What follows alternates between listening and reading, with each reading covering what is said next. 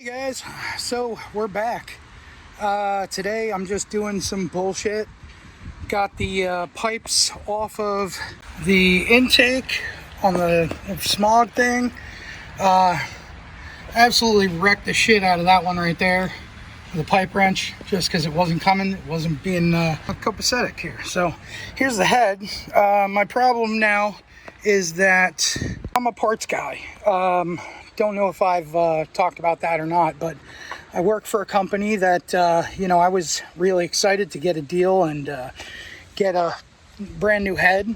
And unfortunately, due to back order, it'd be 9 months at least before I hear anything. Just can't wait that long. So it's a little disheartening to find out I can't get parts. I mean, when you think about it, who works at auto stores? Parts guys, right? Like guys who work on cars, build cars, stuff like that. We've gotten so far into the weeds in this corporate nonsense of, serve your customers and blah, blah, blah, and this and that and the other. But let me tell you something. Who works in auto parts stores? Guys that care about cars, guys that have old cars. Especially in my area, there's a lot of people who have old cars and they just, they work on them all the time and they take them to shows, stuff like that. It's really cool. And finding parts can be a nightmare. When I go into work every day, I am the happiest guy there. I am not a happy guy. In my life, in general, I'm not a happy guy. I'm an angry guy. And I bitch about a lot of stuff. And so there isn't too much that gets by without me seeing it, finding a way to complain about it and complaining about it. And that's kind of a shitty way to live, I get it, but you know what, that's just how I cope and how I deal. But being this person that I am, a car guy, a fucking car guy, I love old cars, I love old stuff, not this newfangled computer bullshit that, has so many different points of failure. If you fucking fart on it wrong, it's fucking throws a code.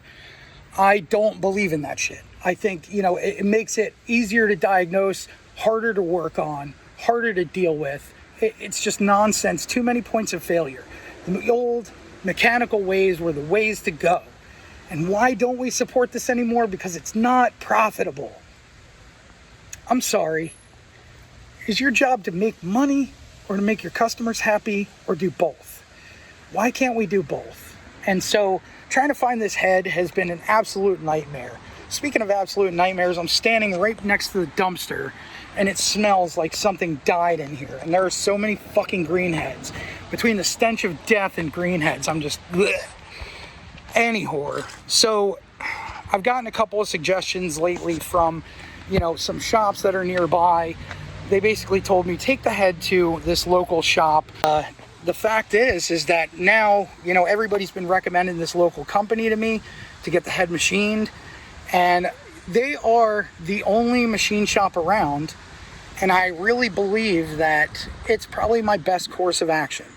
The only problem is I might throw out the money to get it all rebuilt and then find out that it has a crack in it. Me from a couple months ago would probably freak out about this, but I'm working 2 jobs right now. I can kind of afford the situation, and without any risk, there is no reward, so I'm willing to take the risk to see a reward. I think that's just what's going to happen for now. I called them today, and they were real nice. I got recommended them by a bunch of people, and I think that's the route I'm going to go. Not only supporting a local business, but saving some money in the process, and being able to have, what I need done in a timely manner. That's another big one for me. So, also, as far as that smog pump goes, all right, so as you can see, I cut the end of the bolt off right here to get it to come out, but then it still wouldn't come out. So I just lopped off the other side of the bolt hole because it's all bolted in, and if I couldn't turn it with a wrench, with a breaker bar and another wrench before they broke, whatever. So I just beat the thing with a hammer until, ta-da, it's separated. It can go in the trash, and I have my alternator bracket back. So yeah, that's about it for that. So now I can throw this thing in with all the other parts I got back here and wait for parts or wait for stuff to happen. So guys, basically we are on hold for parts. It's about almost a week later. I've gotten my head gasket.